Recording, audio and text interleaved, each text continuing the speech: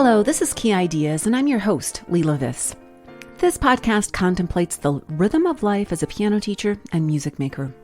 Through illuminating interviews and transparent reflections, you'll feel validated, encouraged, and empowered. Before I get started introducing episode number 62, I'd like to take a brief moment and say that I'm honored that you're here with me as we usher in 2023. Turns out that 23 is beginning to look a lot like a repeat of 22. Last year, my husband and I spent Christmas without family, but that was okay because we anticipated spending the week after Christmas with our kids. COVID put a kibosh on those plans as most of them came down with the bug and we canceled our plans. This Christmas, we again spent it without the family, but we anticipated a visit with my sister's family and my parents. That was until Southwest Airlines put a kibosh on their flights. Thankfully, none of our family members were stuck in line at the airport battling to board a flight home. I hope you or a loved one were not caught in one of those lines. I've come to realize that I'm not surprised by surprises anymore. 2023 has arrived just in time to remind me yet once again that things don't go as planned. As musicians and teachers, it's our nature to plan and assume that our plans will stick. So as you push the refresh button on a new year, here's your reminder that things happen and may get in the way of your goals and aspirations. As you adjust and pivot, remember, you are not alone. Speaking of adjustments, Key Ideas is in for one. As it turns out, my dear friend and producer Drew needs to move on, and so I'm taking over all the duties of the podcast production. To keep life balanced, the podcast will air every other week. This will give me the space to ensure that the content and quality of Key Ideas stays intact. Again, thank you for sticking with me. Again, this is episode number 62, where I hang with cool teacher Andrea Zimmerman from frosty Minneapolis, Minnesota. Our conversation is based on something she revealed to me in an email. Have I sparked your curiosity? Hint, Andrea shares why she and her husband can afford to take 10 weeks off every summer to travel. No spoiler alert here. You'll have to listen to hear her story. And make sure to listen to the end when you get to hear Andrea sing for us. You will be swooning. Before we get started, thank you to Forte for sponsoring this episode. Forte is a free alternative to Zoom, purpose-built for music teachers. Forte puts you and your teaching style at the center of the educational experience. In particular, Forte offers industry-leading audio quality. Our mission is to empower teachers to do their best teaching online. Sign up for free and start teaching your students on Forte today. Just go to fortelessons.com. Another shout out goes to Renee Holloman, my dear friend and fellow piano teacher who generously shares her voiceover talent. Here she is now to tell you more about Andrea. Andrea Zimmerman created AJ's Music Factory in 2012 and is currently an instructor of piano, voice, and songwriting. She has been teaching private piano lessons since 2002 and is passionate about instilling a love of music and creativity in her students that will enrich their lives. Andrea studied music education at Augsburg College in Minneapolis, Minnesota, and received a Bachelor of Music in Piano Performance and Vocal Performance from McNally Smith College of Music in St. Paul, Minnesota. She also has a background in music business and publishing, having worked at ASCAP Nashville, American Society of Composers, Authors, and Publishers, and Big Loud Shirt Publishing in Nashville, Tennessee. Andrea is the Director of Contemporary Worship Arts at Salem Covenant Church in New Brighton, Minnesota. She also performs in multiple bands in the Twin Cities area. Now, here's Leela with Andrea.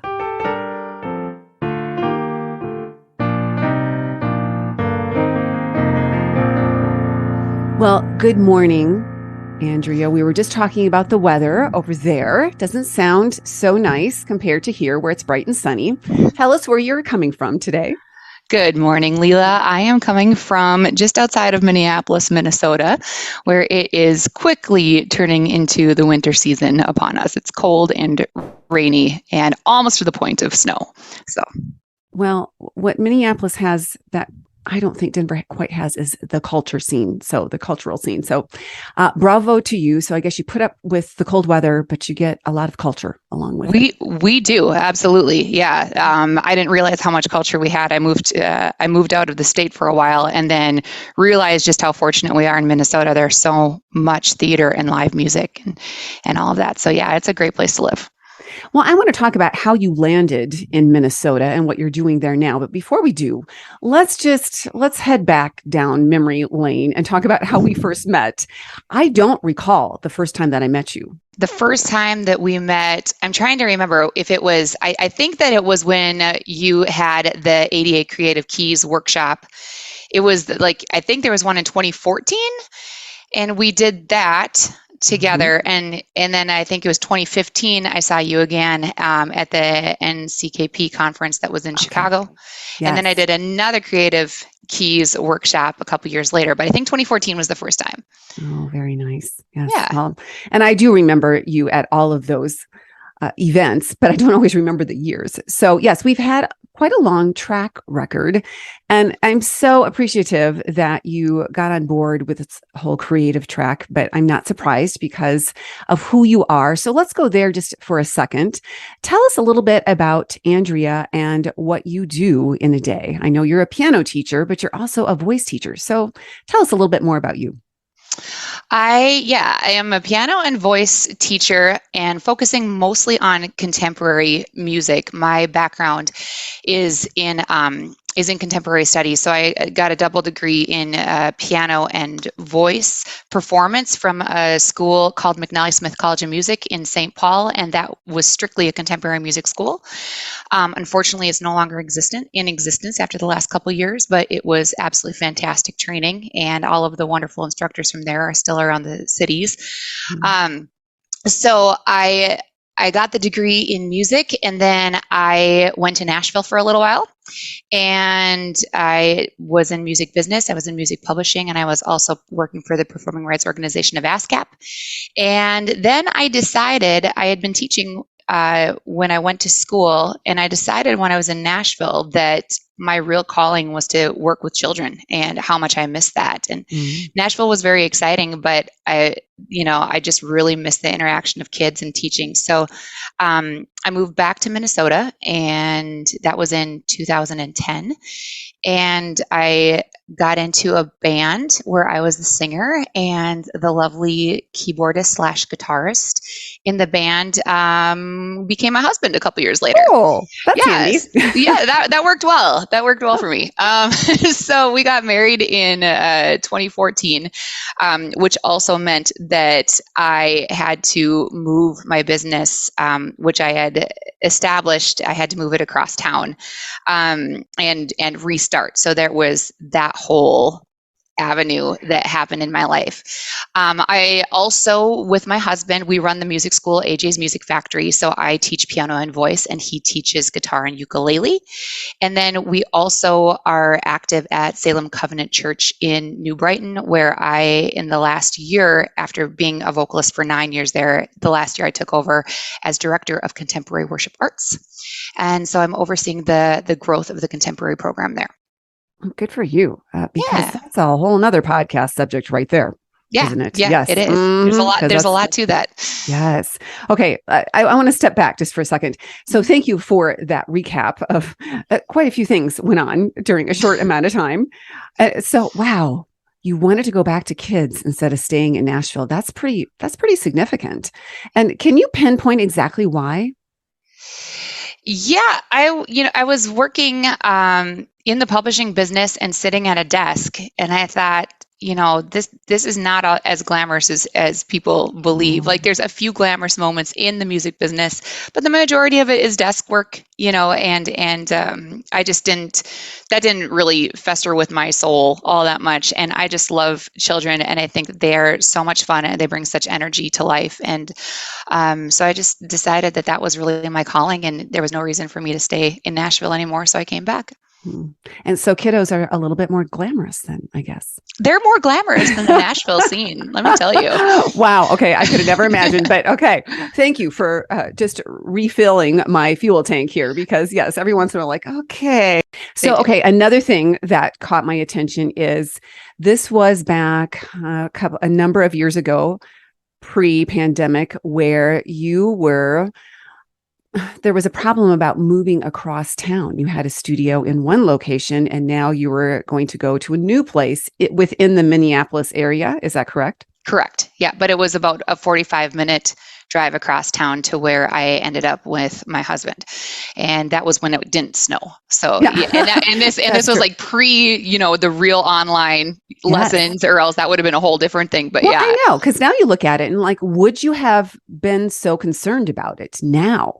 No, not at all. I would have continued during the online route, but that wasn't really a thing then. Jana Carlson in a previous episode asked that question, and I had never thought of it before, but how many decisions do you make based on your studio? And obviously that was a huge one right there. Like, wow, I'm going to have to move my studio and this is going to be a big deal.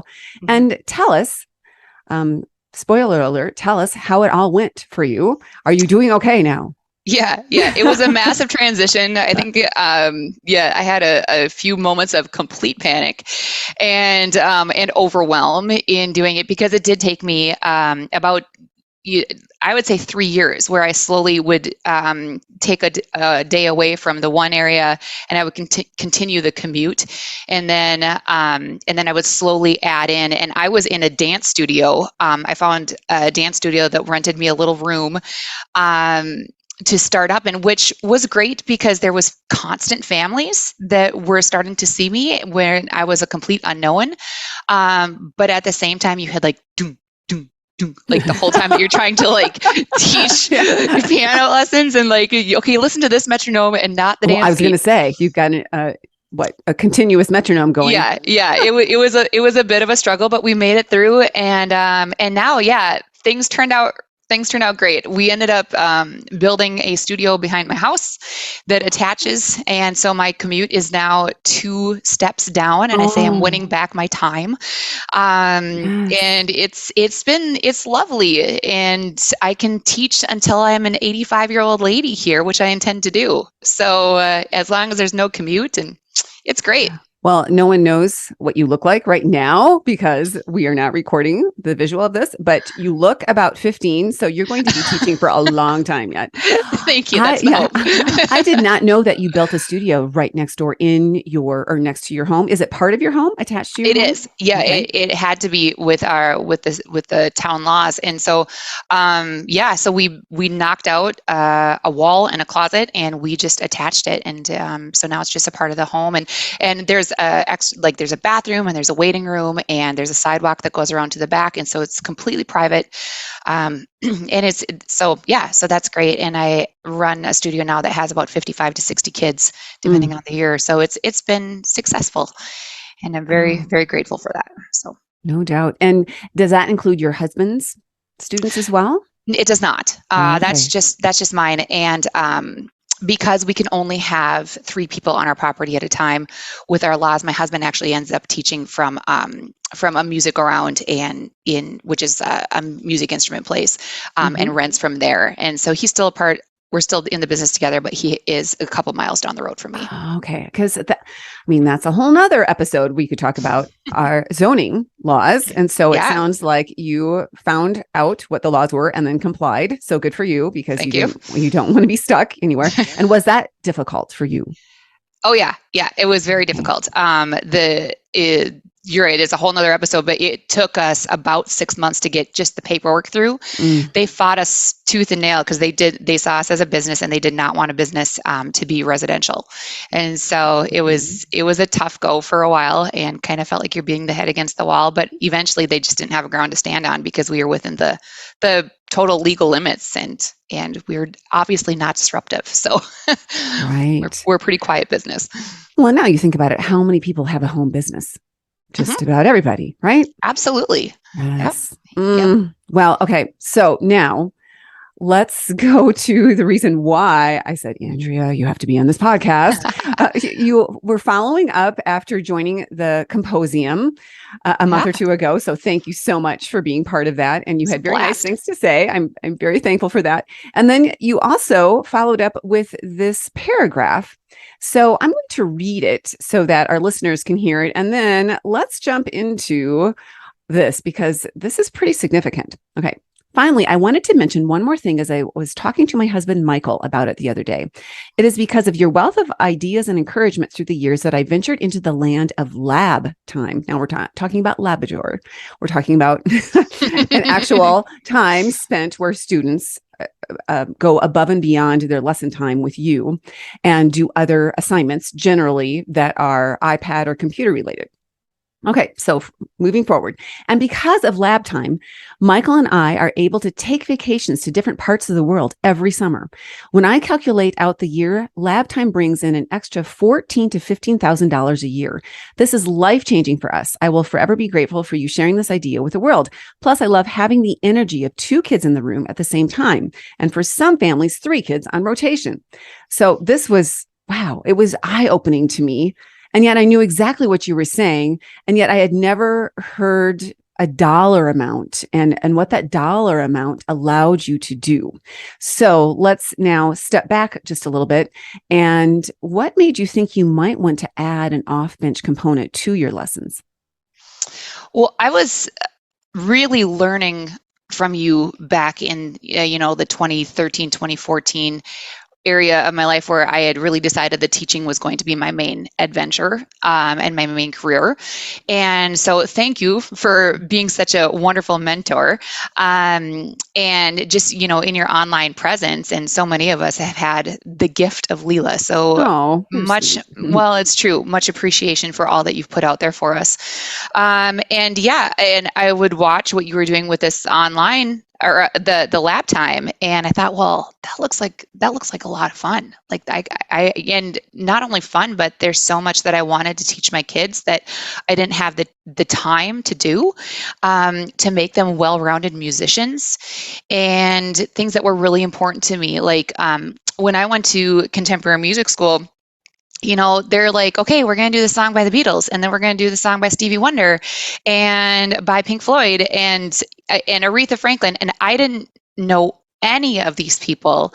I was really just influenced with classical music. I was very classically trained. My mom is a music teacher as well, and my brother is a classical musician as well. So I was very classically trained. So when I went to music school, I realized I knew classical, and I knew just what I'd heard on the radio growing up, and that there was so much music through the decades that I didn't know. And that was a huge factor for me. I really wanted my kids to know about the different artists. So that was kind of what started the ball rolling. I never looked at it financially. Like that was not my first reaction to it. It was, would be really fun, and how much more could I give the kids with this? Mm-hmm. Well, okay. Couple of questions. Mm-hmm. My wheels are turning. What are you doing to help your kids learn about current artists? We want to know. How are you using this off-bench time to inform them? Yeah, there's some years I focus in on artists. So I'll have like 5 artists throughout the year, and they'll do like a 3-week study or a 4-week study on the artist. So they've studied Elvis Presley, and they've studied Stevie Wonder. We had really a lot of fun with Lin-Manuel Miranda last year and studying all that he had accomplished in his life. Studied Aretha Franklin. This year, I changed route a little bit, and we are studying decades of music. So I started in the 1950s, and now I'm just putting together the 1960s unit, which could go on forever. Let's be real. But so I use a few different things. There's many products. You don't have to, reinvent the wheel on these things. So Teachers Pay Teachers, if you go to that site, you will find a wealth of information on musicians and decades of music that you can use. What I do is I take it, I take the information and then I kind of make it my own. I found a wonderful girl that had created all of these decades Google slideshows, and I don't need all the information, and some of the videos I don't want, and I want to put in other videos that are more relevant to what I'm teaching or to what I want them to learn. And then I took the slideshow because we were doing it for lab time, and a lot of my kids are young. So I created voiceovers for every single slide, so I read to them while they're doing it. And then I try to have fun with it. My goal is not to make them geniuses of the 1950s. My goal is that they get an appreciation for it and an understanding. So they'll go through, a few slides and a few videos of artists. And then there's a great website called puzzle.org, and you can create all these puzzles. It's like to get the big membership, it's $49 a year, which is a drop in the bucket for the wealth that it gives me. So I will make crossword puzzles for them, word searches from the slides, jigsaw puzzles, that like online jigsaw puzzles that they can create of like album covers from different artists. And while they do all these things, when they're working on the word searches or whatever, I create a Spotify playlist, and it has all of the artists that they're learning about. And then, over the course of 3-4 weeks, the kids are really finding their favorite songs. And for instance, I had a mom that reached out the other day, and her 9-year-old, she just said in the email, she's like, my 9-year-old keeps singing 16 tons. And she goes, does this have anything to do with you? So, I mean, when would kids be hearing 16 tons and really grabbing on to the point where they're singing it at home? So It's just that it's creating an avenue to explore more things. And that's, of course, just a part of it. We do many other things, but a part of it throughout the year is creating these opportunities to learn about the artists and the decades. Well, a couple things come to mind. First of all, it takes someone with your ingenuity and creativity to create something like that, because I think a lot of people think, or a lot of teachers want, okay, please tell me what to do. I'm going to buy this and I'm going to do exactly that. And like you, I feel that it never really fits my needs. And so, yes, you are always going to restructure something, and that does take time. And I know some teachers are afraid of that time, but tell us, do you think the time that you put into these projects are worth it? Oh, 100%. Yeah. I might spend, it's upwards sometimes of like 10 hours on the 1960s, but I'm going to use that for a solid month at least. And then I calculated actually before I got on with you that I'm making at this point approximately almost $400 a week doing lab time.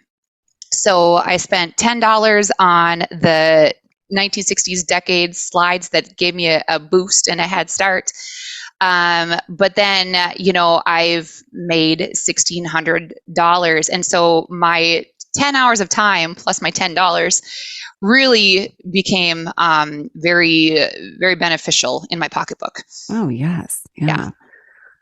Okay. And is that all you do? Is that you just focus on different artists, or do you supplement with other things as well during your off bench time? I supplement quite a bit with music theory related things and apps, note name training.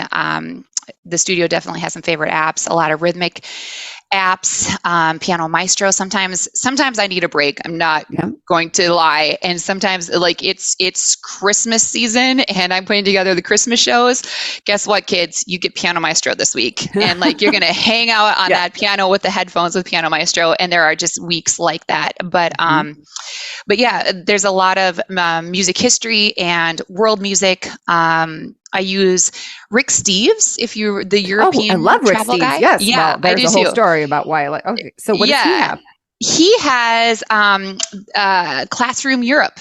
And you can go in to Classroom Europe on his website and you can type in music and you will find little snippets, 5 to 7 minutes of music from around the world, or at least from around Europe. And you can build off of that. So that's really fun. And, we'll do things like how does the piano actually work? There's a YouTube video on it, and Oh, yeah. there's a wealth on YouTube to use. Just, I just say be careful, make sure that you've got the settings on. Yeah. For the kids settings and on your iPad or computer device, whatever. But yeah, there's a lot to be done with just venturing out into showing kids that there's more to music than just being in the studio. I like to show buskers from around the world, and so we might be studying a genre of Stevie Wonder, for instance, and then you see some buskers that there's a quartet in the New York subway, and just for kids to understand that that these people they influence, and also for a lot of things, I want my kids to know, yeah, these people are still alive. We're about to go into the Beach Boys and the Temptations. Actually, I did a whole lesson or a unit on the Beach Boys last year. And then the Beach Boys ended up coming into town to our state fair, to the grandstand. And so I did have a couple families that actually went because we'd studied the Beach Boys. Yeah. And now going into the 60s, we have the Beach Boys and the Temptations opened for the Beach Boys. So I took video of them, and so I can slip into the slideshows video of me watching. I've got my face in it real quick, and then me watching them. So it's like, yep, these people are still alive, and you can still go see them. So so we do a lot of things beyond the artist approach, and a lot of rhythmic training. One of the favorite, of course, there's rhythm swing, but also a huge favorite that the kids actually beg for is Rhythmic Village. Oh, yes. You told me about that one. Mm-hmm. And the kids just love that. And then they can all have their own separate accounts on that one. So that's really a nice app to just kind of have in your back pocket. Usually I try to have more things to do than less for the kids, but sometimes you got quick learners, and it's nice to have a couple apps that they just love that are, that they're really getting benefit from. Mm-hmm. Well, often I will get questions from teachers about, do you keep track of their progress? Do you keep track of their scores? And I used to have sheets, and I used to have everything. And then I'm like, you know what? That is above and beyond my 10 hours that I want to spend. And it doesn't make a difference. What I notice is that my students say, well, I'm going to do that again because I didn't get 3 gold stars, or I didn't meet my goal that I wanted to. So it has nothing to do with me recording their scores. Do you find that as well? Yes. And I did the exact same thing. Okay. I had all the spreadsheets and I made all these cute little graphics that they could, and it was just a headache. And as long as, they'll say, I'm done with something, like with a tenuto exercise. And so I walk over, it's like, are they, do they comprehend this? Yes or no? That's what I need to know. If you got a couple wrong, I could care less. And I'm not going to track that anymore. I would completely agree with that. And I think having plenty to do is always good. And I think some people think that you need all the apps in the world, and you absolutely do not. But it sounds like you have certain ones that you turn to when you need to, and then design units. And I pretty much do the same thing. I'm very inspired by you because I don't think about doing, current or somewhat past. Like Toto is my band. Yes. So I should just do a unit on Toto. I saw them. You totally should. I know. I saw them live, and I'm still reeling from that concert. But it was so exciting, and there's a lot of good music from the 80s and the 70s and the 60s. So absolutely, and we do study. I want them to know, the Beethoven and the Bach and the Mozart as well, and so we do units on all of that. But usually it's like a one-time thing for me to introduce that, and I'll do it like once a year. Like 1 week we'll study Beethoven, but that's enough for them in my studio, because the people that have come to me are not looking for highly traditional lessons. They're often coming to me because they know that I have a contemporary flair. So let's go back to the piano side of your teaching then. So when students are on the bench with you, what does the lesson look like? What are they coming to you for? Well, they are coming to me for, I've got a lot of young kids, and I like to use the piano safari method because it really moves around the piano. I think it's quite fun. They come to me. We do a lot of kid-inspired music in the beginning. So I'm a huge fan of Wendy Stevens and all that she has put out for us. The kids absolutely love her music. And we also do a lot of off-bench time, especially in the younger years of games and gamification. I use a lot from Nicola Canton, the colorful keys. I use a lot of her resources for the games, and within the teaching. Especially like in the past couple weeks here, I've been using Flash Note Derby to just kind of get back into the note names, and you can make it very specific for the different age levels. So I would say that they come to me for the being on the bench, having fun, improvising. We do a lot of improvising. I use Music Lock, and I use a lot of Forrest Kinney's materials. He left us a wealth of wonderful things. So improvisation. And then this year, my big thing is to get into composing. That has been like a missing link for me. And I've composed with my voice students who wanted to create songs, and they don't know how to play chords. So I would help, create the music underneath their song. But I had not ventured into much composing with my piano students. So that will be the next avenue that we are taking. Thank you, 8+8 Composium, and for giving me a little bit of courage to do that. And so I'm excited to bring that around as well. I would say another thing that people come to me for with lessons is just chord training, lead sheets. I've got kids that play at their church, and I've got many, many, many kids that do both voice and piano. That's a very strong thing for me. And then they will learn how to play the chords, and we will go online and we'll find their favorite songs. And so they can sing and they can play at the same time. That's cool. Yeah. Wow. Okay. So now you did a nice little plug for the 8+8 Composium, and I truly appreciate that. Can you tell me and tell the listeners why that helped you now feel more confident when you are going to help your students compose? Yes, it was very beneficial for me to see the roadblocks that I would put in for myself. Like the fear of perfection, the fear of not having something that was good enough. So just that was the first thing, was that, okay, I signed up for this and we have to get over this hurdle and you have to do this.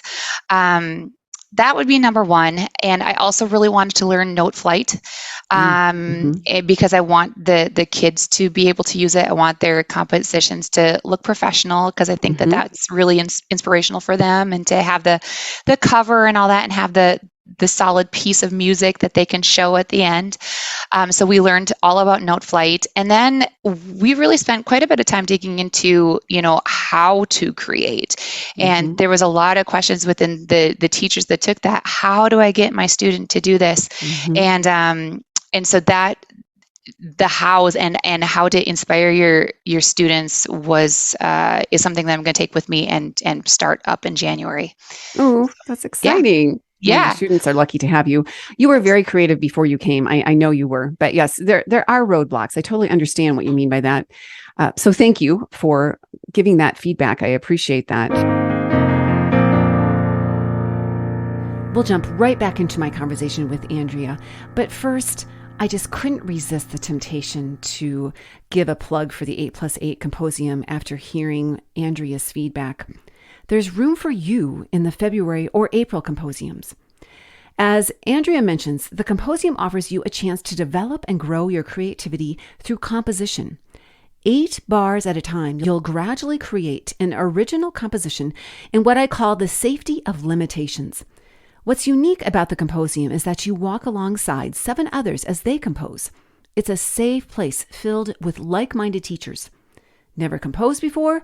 No worries. You're given a recipe that promises success as you make creative decisions along the way.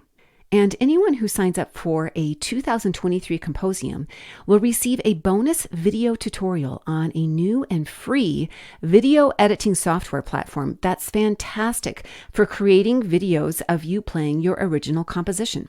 I'm really excited about this incredible tool. Now, back to my chat with Andrea. So now, I just need to tell you that I think it's so cool that I've seen pictures of you and your husband at amazing sites on Facebook. And I mean, all over the world, as you said. And it's so cool to know that you're doing that because of this off-bench component. I never knew that. So that's why it's just been such an unexpected pleasure to have you join me today, Andrea. So thank you for that. Yes, absolutely. It's my pleasure.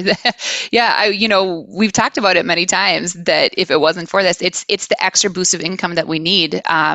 We take 10 weeks off in the summer, every summer, and a lot of it is spent traveling and refueling our souls and our senses. And this last year we went to Australia for almost a month. Yeah, and it was because of the finances that I received from lab time. And now this next year we're heading to Norway, Sweden, and Denmark, and that's what we love to do. We love to travel the world, and we're just thankful to have the income to be able to do it. So hopefully that's inspiring many who have been on the fence. Should I? Should I not? Should I? So do you have any advice, any tips for someone who is considering adding an off-bench component like you?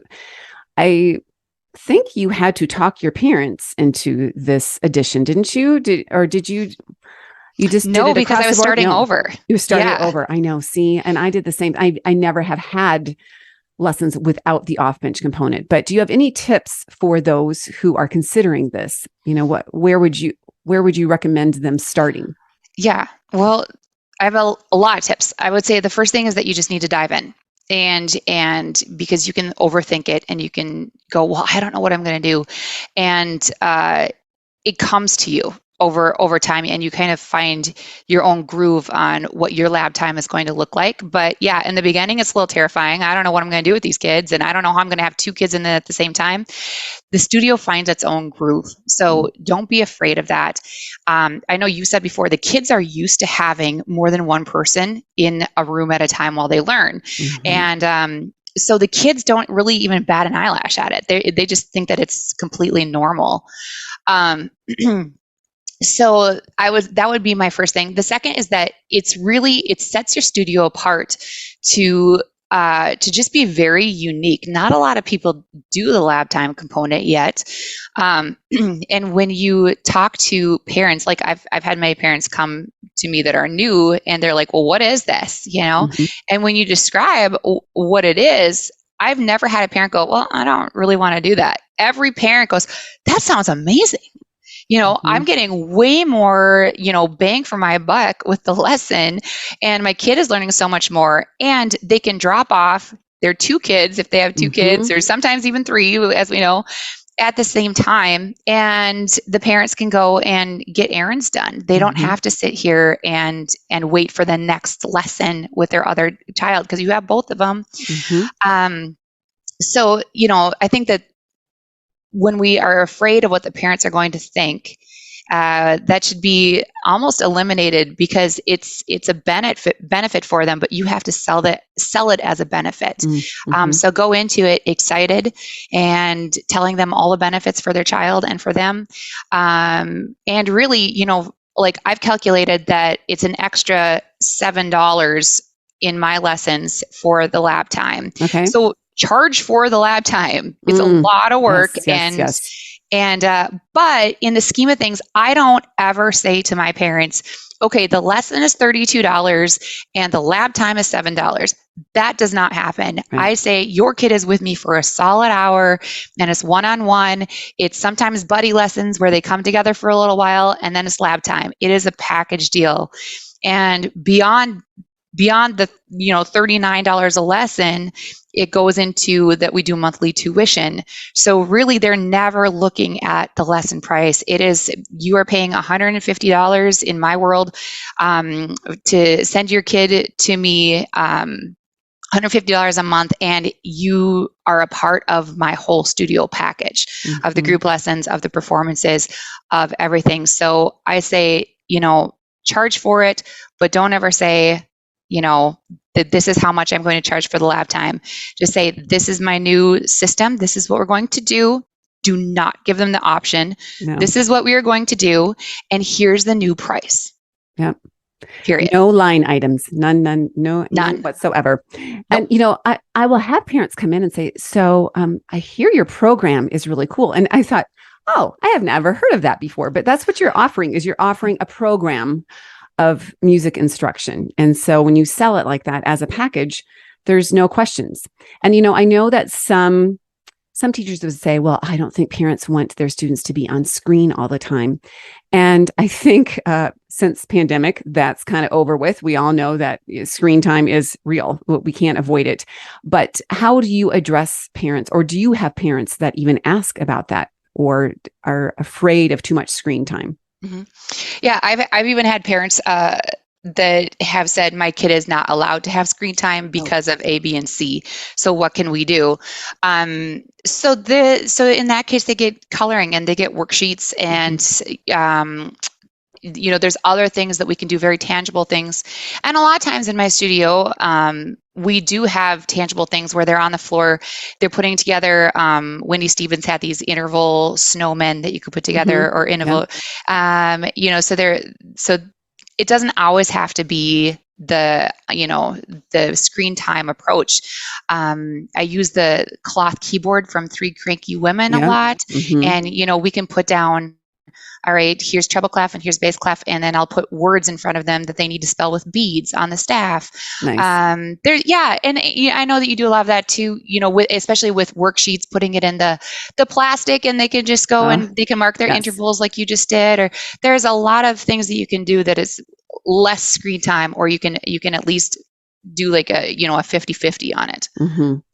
And I'm a huge proponent of that because I don't want them on the screen all the time either. And I know that, some of them really like the dry erase markers and the worksheets. Some of them really do like worksheets. I could take them or leave them, but some of them really like it. And I think it's fun to have a surprise, like your snowman intervals, kids walking in like, oh, we're doing that today. That's cool. And just, you can't offer that element of surprise nearly as much, I think, when you don't have that off bench component. Yeah. Absolutely.